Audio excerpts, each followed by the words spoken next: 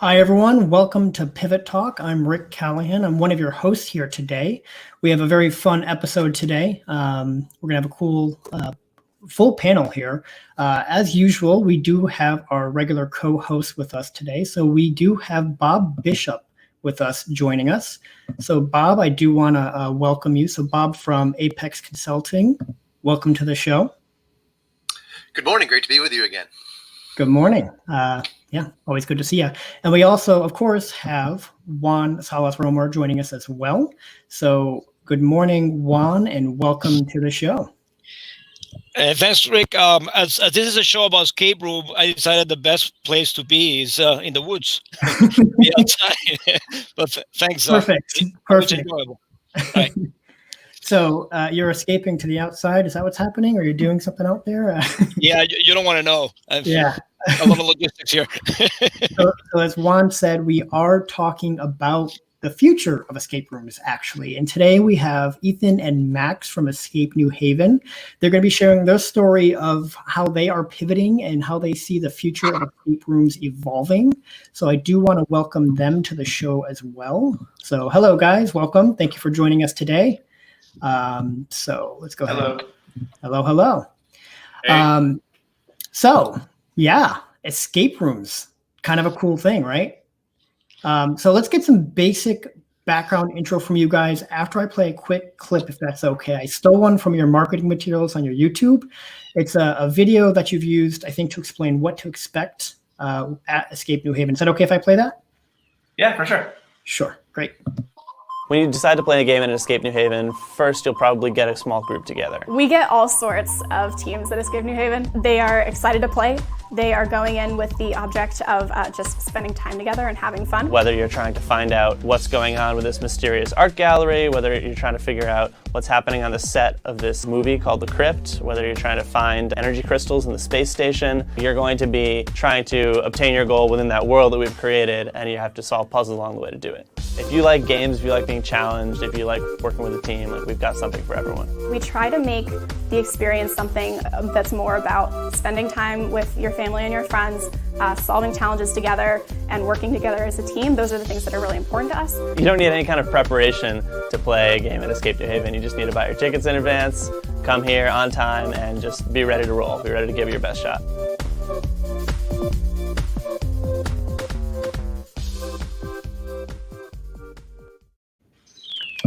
That's a pretty cool video. So I think it gives a pretty good primer on escape rooms in general there, right? The traditional format, I should say. Yeah, I would say that's a fairly good primer for at least how we do them. Cool. So would you guys mind giving any more context to the traditional format of an escape room and sort of how you started in with that and how you got to where you are today? Sure. So yeah, I mean, the traditional escape room didn't really exist before 5 years ago or so, in the US at least.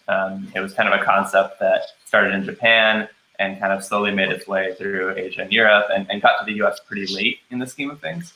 But once it hit the US, I think a lot of people like myself were kind of captivated by the idea and also thought that because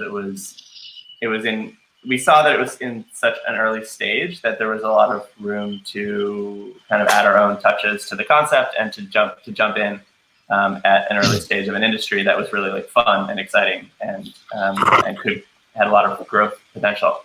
So when I played my first escape room in 2014, I think there were 2 escape rooms on the East Coast, maybe 3.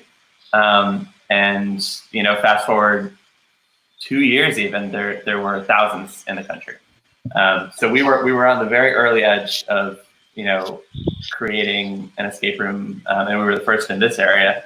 And our first games were extremely analog. So we got to differentiate a little bit between analog and digital. Right? Analog uses a lot of combination locks, a lot of kind of physical found or made or purchased materials, that kind of thing. And then digital is more electronics heavy. We might have more magic moments where just by completing an action, you might open up a new door or a new cabinet or something like that.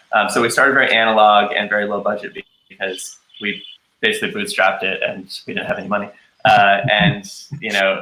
But because we were starting so early in the industry, we were able to do that, and we were able to be successful. I remember our launch party here. We had originally booked Ordinary, which had a capacity of 80, and maybe a week before the launch party, we were like, oh, we have over 100 solid RSVPs, and at the end of the day, we ended up having 200. So we split our launch party. We had one in the basement of what was then Brick, which is now Elmsley Social, in their Moroccan room, and we had another one at the same time happening in the back of Ordinary.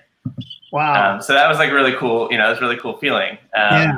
And we grew, like we came in without the kind of expertise that you might need coming into the escape room industry now, like the attraction or haunted house type of expertise. We came in with none of that. I mean, Max is an engineer, so he brought some pretty essential skills to the table. Not me so much, but we came into it not really knowing the industry very well, because there wasn't an industry, I guess. But it was okay because it was the beginning, and we kind of grew with the industry. And now we're producing, a new game for us is 6 figures to produce a new game. Wow. So yeah, it's become a very different thing than it used to be, and we're much more professional and a much bigger company. Yeah, I think Ethan, you and I met years back when you. Yeah, when we were part of the chamber, we were just trying to meet as many people as possible. Yeah. And I remember us meeting then. Yep. An early iteration, I think you were working on at that point. So it's probably that time frame. Wow. It was in Max's garage probably at that point. Yeah. That's awesome. That's awesome. So Bob and Juan, Ethan touched on some pretty interesting kind of industry-wide stuff. Do you want to comment on any of that? Yeah, we were looking at the growth of the industry actually prior to the show, and it skyrocketed. I think it's about 14,000 escape rooms worldwide, all the way to 2018. So, what Ethan says, there were only 2 or 3 in New England. I wonder how many are now. I just thought of asking Ethan or Max, how's New Haven been for them? What makes New Haven such a great town for escape room? Sure. Yeah. I think people in the Southern Connecticut area or Southern and Central Connecticut area look to New Haven as kind of a place to have fun, a cultural leader in the area. So it was a really great place for an early escape room because people were already looking for cool things to do in New Haven. I think the city has been kind of small enough, and we moved early enough that I think we've discouraged a lot of other competitors from looking at it. Connecticut has blown up in terms of escape rooms in the past 5 years, but we've been fairly secure in our hold on New Haven. There have been a few that have come close, but awesome. Yeah. So Ethan, when I was talking to you last week, I shared I had to embarrassingly share that my escape room experience was with another escape room in Connecticut. What's the community regionally like? It's very good, actually. We have a really good relationship with most of the other owners in Western Connecticut. We've got a Facebook group where we've been helping each other out a lot on all of these federal loans situations and opportunities and stuff, and we meet up. We try to meet up every quarter. Ends up being twice a year, but we're most of us are quite friendly. Those of us who chose to participate in the group are quite friendly. If you're not, you're probably going to be locked. If you're not friendly, you're probably going to be locked in one of those rooms. Yeah, well, it's escape rooms are interesting because it's less competitive than a lot of other industries. Sure, we do compete. If Unilever is going to do a team building event, they are either going to do it here or they're going to do it at some other escape room, right? But on the other hand, to the extent that we're able to create enthusiasts, fans of escape rooms, enthusiasts play our escape rooms at a much faster rate than we can create them. Our maximum, the fastest we can build a good escape room is a year, right? So an enthusiast wants to play way more than that every year, which means that there's a lot of synergy that can happen between us. And as long as we promote other people who we think are we like to believe that they're good people and good business owners, and also we like to believe that their games are good, right? So as long as we can promote cross promote in that way, we get the same people circulating around in a bunch of different escape rooms and hopefully enjoying their experience at all of them. So an entire year to make a game traditionally. Our last one was a year and a half. Yeah. Wow. That's cool. I mean, that's impressive, the amount of work that goes into that. So Juan, I think you mentioned earlier that you've had some experience with Escape New Haven specifically. In that video, you show Ethan saying there's no real preparation for this, which is not true. Ethan, you really, I mean, at the very least, you have to drink a couple of espressos before you get into it. Listen, the game show, it was amazing. We were probably a group of 20 into the 2 rooms. I mean, it tested your 5 senses. I mean, it was just unbelievable. I mean, the visual and the combination of colors and you name it. It was just crazy. My mind it works in connecting, things are not related and try to pair them. But then other people have minds that are more, linear or systematic. And when you have a group of people that have all these different talents at the same time combined, that's where that makes for a rich team. So I think that the group dynamic was amazing. And I don't know if there has been some studies about this, but I mean, I can just imagine like Yale University or, other colleges like collaborating with you guys, like, psychology. It's, So have you had that kind of, cross-breeding or, experience in terms of analyzing what's going on in the minds of the people as they're doing the escape room? I thought that was fascinating. We've had a couple of conversations with folks, like someone from the business school approached us at one point, but nothing really ended up bearing fruit. And we don't try to pretend we're psychologists. Like we don't give a report at the end that's like, this person was a good leader. Like we'll let you figure that out. All right, well, you do mess up with people's heads. You know that, right? A little bit, yeah. And we do a fun thing to do sometimes is for the larger groups, we do allow like the whoever organized the event or like the person who's trying to analyze it to actually sit with us in our game operating station, and they can actually watch and listen to the teams as they play. It's kind of a fly on the wall. So that's actually pretty fun and is illuminating sometimes. That's awesome. Great. Well, I'm here to see what this today is looking like. What you guys are doing. So I think that leads us into the thinking a little bit about what 2020 has been like for you guys. Last week at our initial pivot talk, we shared the Survive and Thrive framework, which was talking about dealing with the brutal facts that are in front of us, the things that we certainly didn't expect to happen and have to deal with, and talk about how we were able to address them both in the short term and in the longer term. So I wanted to start that conversation with asking either of you if you could outline, obviously in March, maybe even partially in February, right? Your business world changed. What were the big things that hit you, and how did that play out? Well, I think we kind of were. Ethan mostly was keeping in touch with like the news and as it was unfolding with coronavirus. I think the lockdown still took us by surprise, like it did everyone. But as of I think like January, we were talking about maybe this is going to become a real thing. But we were still proceeding with business as usual.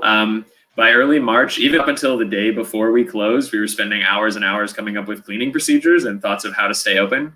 And then on Monday the 16th, it just kind of like hit us over the head with like, this is real, this is serious, we're going to have to shut down. And then so we announced it that day, and then 2 days later, the state announced that, yes, you are going to have to shut down. So we were a little bit ahead of the curve.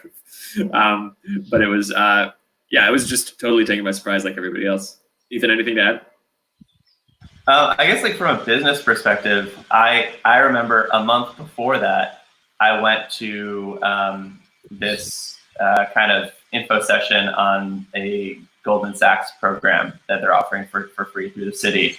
And it was all about, like, all the talk was about, you think you're like, what's your business growth goal? Okay, double it, triple it, quadruple it. We're doing it. Like, you know, the sky's the limit. Like, attend our program. It's going to be great. Like your growth is going to be exponential if you think big enough. And then, like, you know, within a month, everything's just shutting down, and everybody's revenue is, I mean, not everyone, like certain industries I think have done really well, but like as a discretionary indoor entertainment, everyone's revenue is just like plummeting. And now we're thinking like, oh, how do we, a very different mindset, like how do we survive? How do you pivot? How do you cut costs for a while until you can justify bringing people back, that kind of thing. So it's really changed.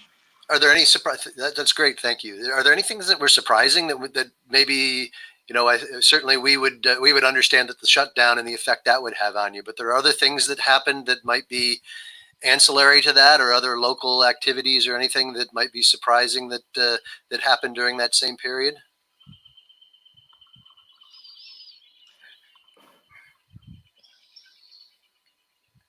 I'm not sure I understand the question, Bob. Sorry. Or maybe thinking about what are there things that you're concerned about, I guess, as we're looking forward. Let's jump to that. So what are the things that you're monitoring, looking at the current state of things? What data or information are you looking at to understand how Escape New Haven can move forward in the current situation? I think one thing that we, to answer your first question about what was surprising, as soon as the shutdown kind of hit, we were thinking about what pivoting would look like and what types of activities we could do. And we knew we couldn't do indoor escape games anymore. But as we started thinking about other activities we could theoretically do, we were just kind of at every turn hit by a new industry that was shut down. So like, we could do live streaming escape rooms and have multiple games running at the same time. But actually, we can't do that because we can't bring staff in to run multiple games. So we're going to have to scale that plan back. We can start like making new games we can ship to people, except we can't make things because we can't go to the store to buy materials. So I think we hit a lot of just like quick roadblocks on a couple of pivot ideas there. Even with the live stream pivot idea, like we can't buy a nice new webcam because those are all sold out. Yeah. Yeah, this is a lot farther reaching than we initially expected, as I guess is now obvious, but it was a surprise at the time. Yeah. I forgot the second part of your question. And then what are you looking at now for your current activities? We're certainly either monitoring data that's coming or projections that folks have that may help you looking forward. I think our best bellwether is going to be what other escape rooms are experiencing who are able to reopen sooner elsewhere in the country. And other countries. And other countries as well. But like whether they're seeing, customers just come back because they were really bummed out about being cooped up for so long and now they want to get out, or whether they're seeing people being much more fearful or much more trepidatious and not really willing to come back. I know that one way that it seems like everyone pretty much agrees the industry has to change is that we need to move to completely private bookings. So there used to be a pretty big schism between escape room owners in terms of running private games versus public games. Public games allowing a little bit easier access to small teams. Like if a couple wants to come and play a game that's normally an 8-player game, they can afford it much more easily if it's everyone's ticket is the same price and the game is public. So they might join another team. Whereas a private game, you don't have any risks associated with joining teams of strangers you might not play well with. So everyone is now definitely going to private games to try to minimize obviously like the cross kind of contact with people outside of your pod, whose hygiene you don't necessarily know. And we're going to be watching other escape rooms in other states to see whether their customers come back. I know. So we actually have two other locations that are kind of our satellite locations. One is in Sacramento, California, and the other is in Providence, Rhode Island. And the county next to us in Sacramento, Placer County, has reopened. They've kind of met the state guidelines, and they're also, I think, flouting some of the other state guidelines. And they just announced one of the escape rooms there just announced the reopening. So I'm actually really curious to see, just to look at their booking calendar and see how popular that's been. So I was really surprised to hear the 1 year or greater time for development. So is that what are where do you stand now with balancing your need to develop your 2021 games, along with the need to keep costs under control in the current situation? Well, the 2021 game, or the 2020 game, has been pushed back to 2021. So September is now May, probably April or May. And that's a little bit optimistic on our part, in that we have historically, our best season has been winter. In summer, we're obviously competing against all outdoor activities. And also the students are gone and all of that. But we're still hoping that our winter will be strong, and we generally don't like to launch a game, because to launch a game, we need to take another game offline for up to like a month. There's a lot of installation that has to happen. So we only have so much space, right? We have space for 4 games, and to create a new game, we generally take the oldest game, we demolish it, which only takes about a day, maybe 2, and then we have to build in the new game. So when we built our new Werewolves log cabin theme, we actually had quarter log siding shipped in from Michigan, and we had to install all of that. So we had to install a stud frame and the quarter log siding and everything. Like, that alone was multiple days. So it takes about up to a month to build a new game, and all the wiring and all of that. So we're bumping that back to spring to not interfere with our winter season. And in the meantime, we're kind of trying to pivot to work on other projects. Which brings us to exactly to I think our next question would be, so thinking pivoting. So now we're in this challenge that's going to last a little while. What are you doing that's to get you through that time? We talk about people identifying your key customers. How can you create an offering that's super valuable to them? Where are you with that? Yeah, and I know we talked about this on the phone, and we did something a little bit different where our key customers can't come and play. So we looked at appealing to a new demographic that was suddenly open to us. And I think Max can talk more to this, speak better to this than I can.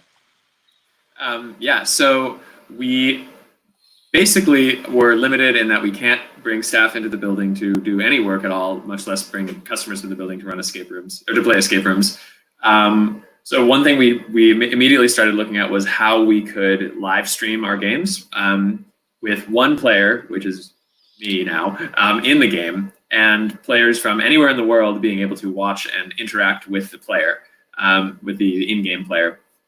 And this is kind of something we've always really wanted to do, because we have done pretty well on various escape room review sites, but not a lot of international tourists are coming to New Haven. So a lot of people read about our games and want to play them, but don't get to. So we kind of capitalizing on the escape room enthusiast culture.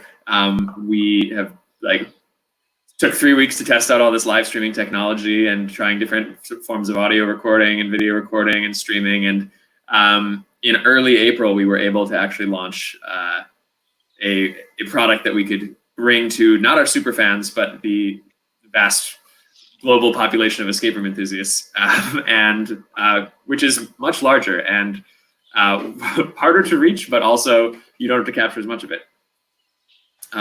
That's kind of I'm very, very proud to say that, just like with starting escape rooms in the first place, we were one of the earliest people to be doing this in the escape room world. There were just a very small. We beta tested for like two or 3 weeks, and even after having spent all that time beta testing, there were only a small handful of people doing this when we started. Now there are like 500. Wow, Max, you mentioned something that caught my eye. You mentioned about the fans, the people who are really playing these games are really into it and perhaps providing feedback for you. It kind of like some industries, what they've done is they've created some ways to like crowdsource. Some of the ideas for your next escape room coming directly from that group. Have you had any chance to do that, to try to pull those people? Because I imagine that they play every single game that they can in the escape room world, and perhaps that will be a good source for you guys to get your ideas from. And this is more like forming the community of what escape room is. I do a Q&A with every team at the end, because unlike your typical escape room player, these people have done a lot and have a lot of questions. How did you do that? Why did you do that? I thought you were going to do this instead. And that has generated a lot of like ideas that we've been taking note of, especially the ones where like people say, I wish you'd done that differently. And that's like good idea for our next game. Excellent. So yeah, it's a good community.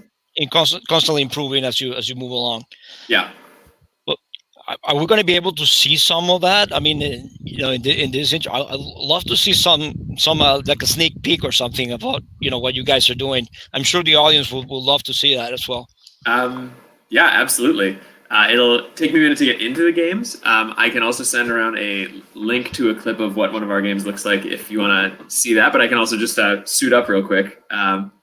It'll take me a few minutes if you want to carry on the discussion, though. Go ahead. Go ahead, Max. We'll carry on the conversation. Great, cool. I'll kill my video for a second. Sure.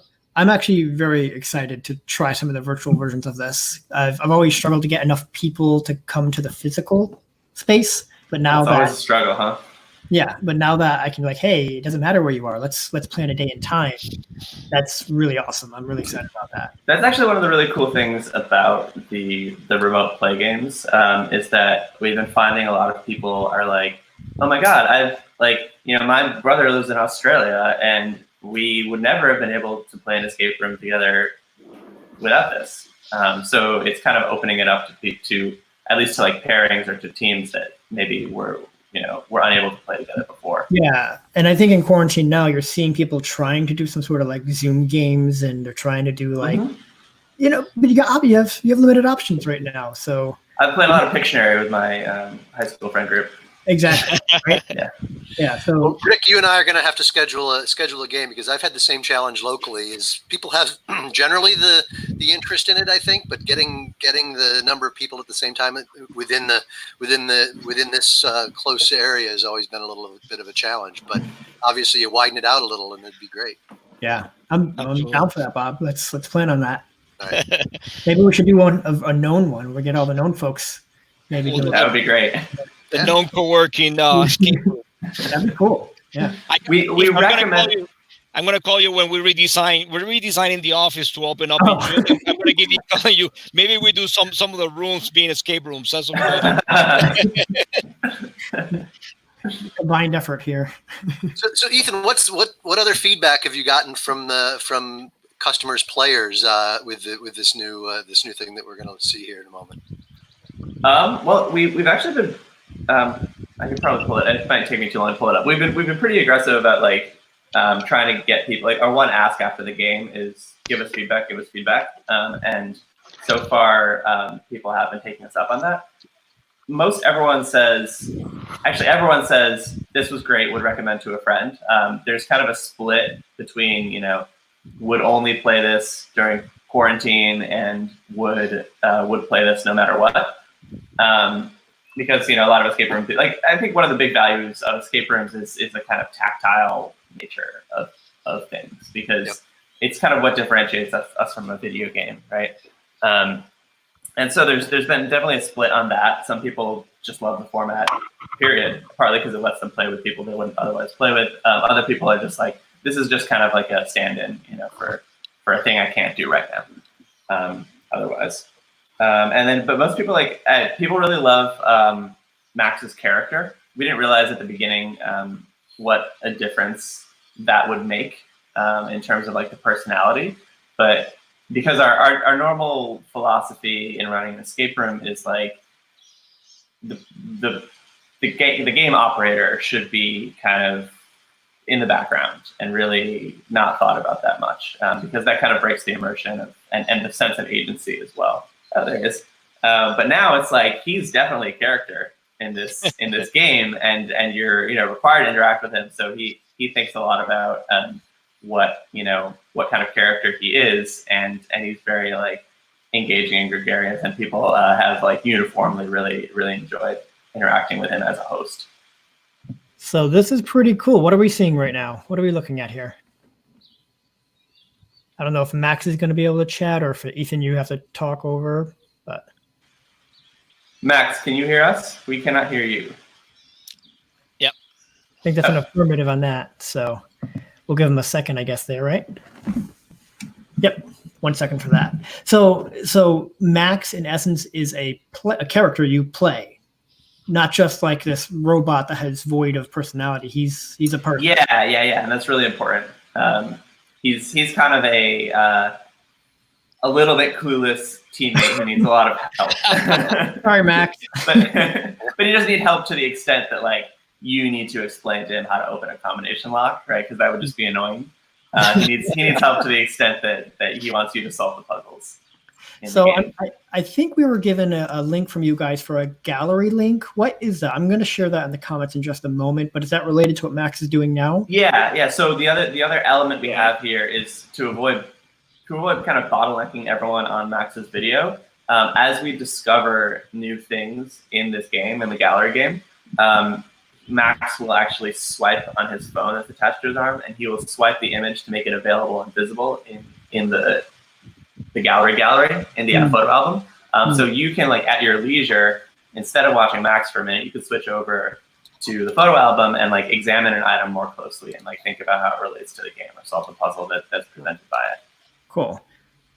So we just posted that comment into the feed. So anybody watching on YouTube or Facebook, you can click that. And if he does swipe any photos like that, you can check that out there. So are we? Yeah, the only thing is, I will say that if anyone who's not watching live, we do clear the gallery. This is like a revolving gallery for our games. So unless you happen to be clicking that link while we're running a game, you will probably not see any photos of that gallery. Got it. So, benefit to you watching live. There you go. All right. So let's see what we're looking at here, shall we? Oh, there we go. Okay. I'm checking my mic right now. Can you hear me okay? We can hear you. Yep. Okay. So I'm using my computer microphone, so it'll be a little bit hard to hear me. Ethan, you might want to narrate what's going on as well. Okay. So because it looks like my wireless headset is working as a speaker, but not as a microphone very well. So I'm going to just close my computer. Do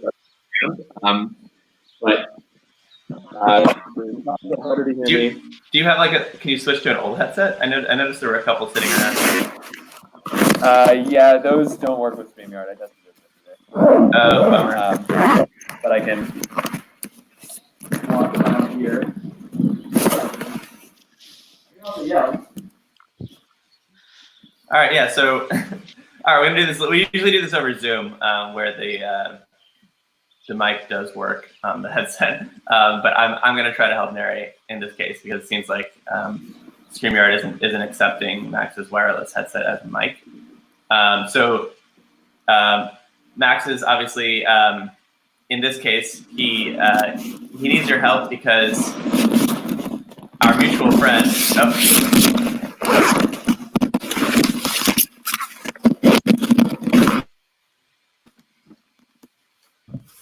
Hey. Max had an idea.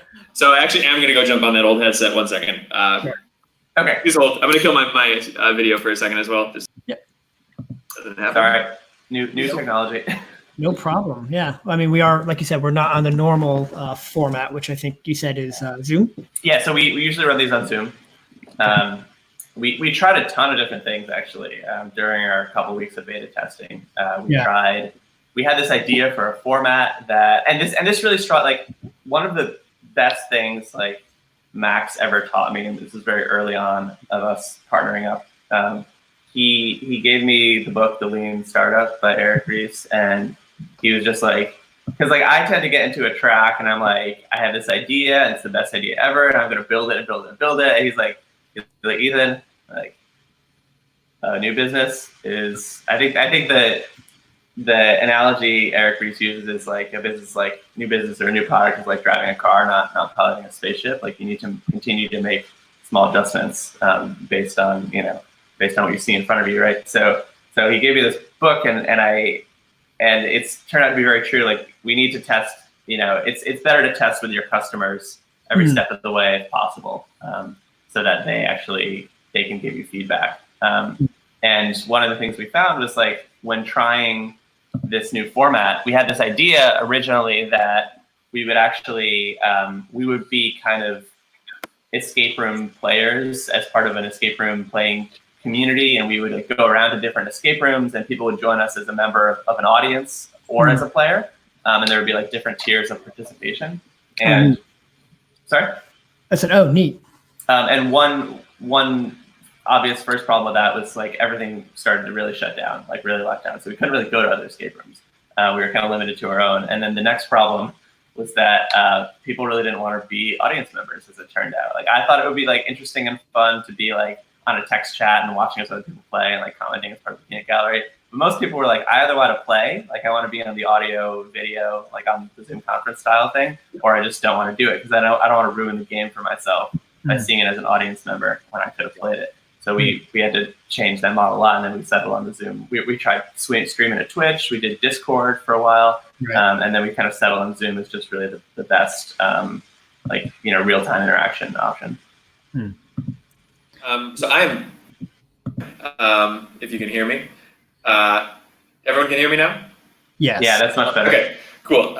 Ethan, I'm gonna keep on doing this, and if when I close the computer the audio gets muddy, you can just tell me to stop talking and you take over narrating. Okay. So, but I'm gonna just kind of start walking around the game and keep going with feedback. What was that? It's not picking up your mic. It is Okay. it is computer. Okay, yeah, then you're just gonna have to narrate. All right. Yeah. Sorry about this. So yeah, the premise behind this game is that our mutual friend Kate recently started a job at a local art gallery, which, by the way, showcases actual local art from local artists. There we go. So you can all check out Brian the Girl on Instagram. Nice. She's a friend of ours. But in any case, we heard from Kate that things were a little strange at the art gallery, and then suddenly one day she disappeared. A couple weeks later, we got a letter from Kate saying that her disappearance had something to do with the art gallery, and we did not want to go to that gallery. That was definitely not a place we wanted to go. We wanted to stay away from it. So obviously, the first thing that we decided to do was go to the gallery and find out what it had to do with Kate's disappearance. So here we are. The gallery security is coming in an hour to unlock the gallery, and we want to be out of here by then. But let's try to find out what exactly it was about this gallery that caused Kate to disappear and leave town forever, apparently. So this is Max kind of looking around the room, starting to orient you to what is in the game, and see if we can discover things. If you guys want to start giving him direction, he can hear you. He can hear you much better than you can hear him. So that second pedestal you were just at, it looked like maybe, is that like a panel that opens up maybe on the side, or is that, I don't know, it looked like it had maybe is that a hinge? Oh yeah, good.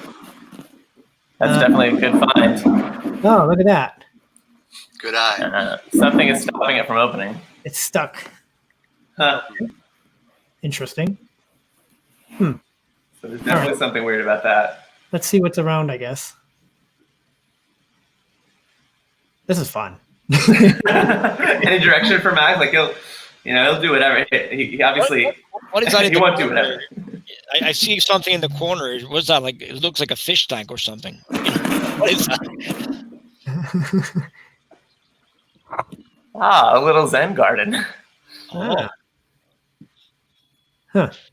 Okay. Oh, we got a little Max is kind of giving you a close up in the photo album if you want to examine that more closely later at any time. Cool.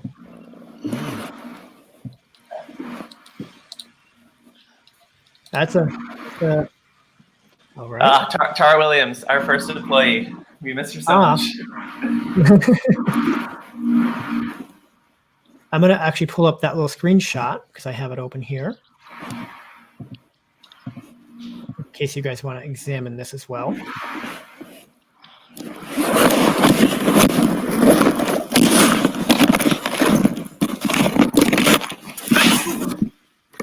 So I don't know if there's anything there we want to see, guys. If you want me to just close that. Was there something over on the right side of that, Rick? No, I think that's the photo. So I can also just leave my computer open. Can you guys hear me again? Yeah. Yep. Yeah. Okay. I can also just talk through it and have my computer open while I do this and just have to be one-handed. I think that probably works better, Max. Okay, yeah, because usually I'll be able to like talk through what I'm finding, and I think that's a lot of what moves the game along. Sure. So is everyone able to get to that photo album called The Gallery? I posted the link in it earlier. Yep. We just had it open a second ago. Okay, if you click refresh, you should see a picture of the fish tank now. And let me know if that's working, or if not, we can just roll with it. Yeah, we can see it. Yeah. So right now we're just kind of exploring the room here. What seems like an ordinary gallery is obviously not the case because there's nobody here running it. And when I arrived, all the lights just clicked on as if some kind of silent alarm had been activated. So I think we better start exploring the place. And in a normal escape room, there are things like rules. For example, don't eat and drink. Those don't apply anymore because you're at home safely. Similarly, there are rules like don't break our furniture. Now you can't break our furniture, so you can just tell me to do whatever you want me to do, and I will tell you if I can do it or not. So it really allows people to like explore a little bit more because you can say like climb on the furniture, and I'll be like, oh, it's too tall, I can't climb on that. Gotcha. Or sometimes I'll do it. So what's on that red thing in the corner there? The red thing in the corner, there's this black tile. It says on it, hold this tile up to its place. It may be high, it may be low, and knock 3 times upon the plaque beneath the grave of my muse, Van Gogh. It looks like we need to find the grave of Van Gogh and also find where this tile goes. Okay. I'll send a picture of that to the photo album where you're following along. Sure. Give me 1 second. There we go. Okay, and now you can refer back to that whenever you want. Another thing I found early on was this note over here that said, today marks 1 whole month at my new job. I thought I'd love working in a gallery that displays some of New Haven's most talented artists, but it hasn't been exactly what I expected. The owner is peculiar, to say the least. For example, he orders so many shipments. It's amazing how quickly we can sell the artwork and how soon the next box arrives. Also, just last week, he asked me to hang a piece upside down. Ridiculous. So do we have anything now that's hung upside down? Yeah, there is a painting over here. So this wall that has all of Brian and the girls' works, they all look the same style and everything. But here, there's a painting that's upside down. It's a water bottle. And the plaque is up on top of it. Very peculiar, to say the least.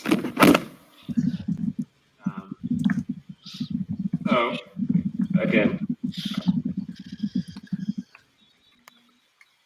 Also, Max, looking at the image you took of the fish tank, the sculpture in there looks like it might have a key ring for an earring on it. Oh yeah, definitely. If I blow that up a little bit. Yeah, you can zoom in on the photo album at home. Are you able to take that out? I can't get the lid off. I can just get like a few fingers in. But this is screwed down. Good eye though. What's that panel, electric panel on the wall there to your right? Here? Yeah. Oh, it's a. It looks like it's a security camera. And then there's a little black box, black rectangle on the back that says P, like capital P on it. Can you see what it's pointing to? What it's pointing to? Yeah. Is that in the room? It doesn't look like anything in the room. It's just like a white wall and then this rectangle with a P on it. I can't touch any of the controls though because it's got a plastic shield on the front. I also have this. So most of the artwork here is black and white, but one of them, a few of them are in color. Here's one of them. It looks like a kid doing some kind of funny dance. Let me send you a picture of that. And the other one is at this end of the room that says, or that is called A Place Forgotten.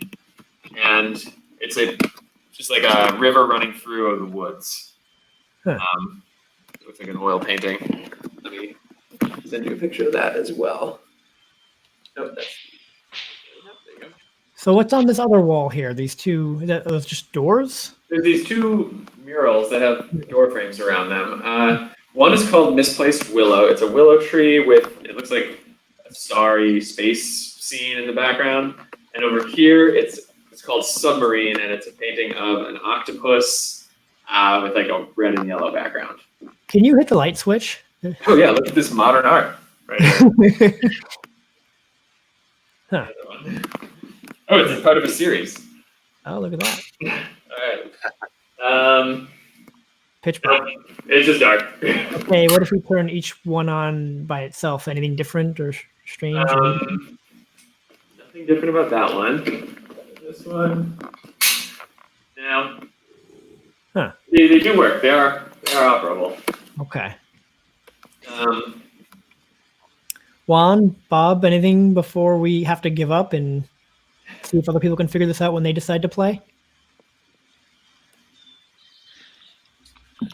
Yeah, I was trying to take notes, but obviously we're not going to end the game here. But if you could solve this game in 15 minutes, you would be a hero. Oh yeah! Oh my God! Game I've had was in like about the 48-minute range. So that's the record. We try to include a lot of content, and one of my favorite things about the gallery actually is that for such a very simple looking space, it has a lot. So much. It has a like lot. what are those panels on the chair rail there? What is that? Yeah. So these are a bunch of wooden plaques. They have etchings into them that are just a bunch of different shapes. Like each plaque has a stripe of shapes etched into them. And I'll send up pictures of all those. Okay. So that. And they're right below the upside down picture. So I think that other thing that talked about the upside down had something to do with that, obviously. I don't know. But we are at a time where I think we have to give up, Bob and Juan. Sorry. So here, let me get back to the desk. Yeah, absolutely. I can also give you a peek into the beginning of our newest game, Before Moonrise. This is the one that took a year and a half to build. Ooh. It's log cabin themed, as you can see. That's cool looking. Wow. Yeah, you can see. I mean, you can really see that the gallery is one of our early games, and that this is our latest game. This is very intricate detail. So what's your target date for this going live? Oh, Before Moonrise we did launch it in August. It is great. Okay, that's our latest game. Yep, and our newest one we haven't even announced the theme yet. That's going to be April or May. Is this the control center where we are right there? Is that? Yes. That's cool. It all goes down. So we are watching you. When I played my first escape room in New York, the way that hints were given and the way that you were stopped from doing anything weird was there was just a dude who was in the room with you, and he would tell you what you could and couldn't do, and he would answer your questions. And that was kind of one of the first. That was honestly one of the first things that made me think like, I could do this, like. Because I was like, I would not break that immersion that way. I would have a surveillance system, and I would have like the game operator be a little more disconnected, so it didn't feel like so in your face. I think it's really neat how you have Max as the character narrating and kind of giving you those guidelines without really breaking that narrative. It works. It's really neat. Yeah, and I did kind of a poor job of giving you the setup because I'm not the one who's doing it every day. But you're supposed to be his friends, and he's you're kind of helping. He's called you for help because he doesn't know what to do. That's very cool. That was really. I am looking forward to actually truly playing this. Like, I'm not kidding, Bob. Juan, let's try it for real. Awesome. Yeah, it was fun. Yeah, but I think that's a good sample for those watching this new kind of virtual format. So before we wrap up, I think you guys may have wanted to talk about like what might be on the horizon a little bit, give a little teaser concept. You want to share anything on that? Sure, yeah. So we haven't envisioned this pivot as being kind of like a long-term sustainable pivot. We've envisioned it as kind of getting us through for a while. There are a couple of escape rooms, just a very few, who are really going really hard on the live video concept. And like augmenting their games, like adding new technology so that players can interact from their own computer keypad to open a keypad in the game, stuff like that. We like kind of made a strategic decision to not do that because we do think that people will be coming back to in-person entertainment at some point in the next, some months. So one of the things that we're really focused on right now, which has previously been a back burner project for us, is outdoor games. I don't want to specifically announce where we're doing this, but we're working on a site-specific outdoor game at an outdoor like park type venue. And where Juan is, yeah. The twist here is that I like go outside and I open my door and like I'm right behind Juan. So yeah, we've been working on. It's something we've been working on for several months before actually this happened, but just much more as like a back burner project, like a fun thing for Max and I to work on. And now it's become like, we think that this is going to become much more important than any of our existing indoor games for a while, because because outdoor spaces are opening earlier, people are more willing to do stuff outdoors. So we're really excited about that, and we actually had a couple people approach us, including Yale and the city, in the past kind of year and a half, to talk about doing outdoor type things. And this is maybe like an object lesson in like diversifying revenue streams and products before it becomes necessary, but now we really wish we had jumped on that a lot sooner, and we just like had a product ready to go. We don't, so we're working on it. But and that's actually where a good chunk of our PPP money is going. It's going toward staff. Some of whom are like kind of like temporary design type folks who we wouldn't have necessarily been able to afford to work with before, but folks who are working exclusively on our outdoor games, so that we can be ready as soon as possible to launch them. That's fantastic. That's awesome. Yeah. That's great. Yep. I'm really excited to be in the area too, because I'm gonna try it. Yeah. Yeah. Cool. So any last thoughts before we wrap up, guys? Bob, Juan, Ethan, Max? No? All right. This has been really fun. I'm actually very excited to like turn off this live stream and go figure out when I can like schedule the first virtual version to finish that. It's escapeanywhere.tv. Escapeanywhere.tv. Cool. So I do want to say one quick thing here. I was looking at this while you were chatting. It looks like that might be a word in those pictures. I don't know. I'm just saying. I'm gonna figure this thing out. I've never seen them before. All right, Max, Ethan, thank you guys so much for being on Pivot Talk. We truly appreciate you kind of giving us a little behind the scenes look at what's coming up, and also being able to play a little bit of this virtual stuff you have going on now. One more time, Ethan, what's the address for this if people want to try out the virtual? Escapeanywhere.tv, and I shared it in the private chat, so you can there it is. check out the comments. Perfect. So make sure, everyone, you try this out. If you're doing any Zoom game night soon, make sure this is part of your repertoire that you go through, your toolkit there, I guess. You can only play Hangman so often, Yeah. So Max, Ethan, thank you guys so much. Bob, Juan, as always, thank you.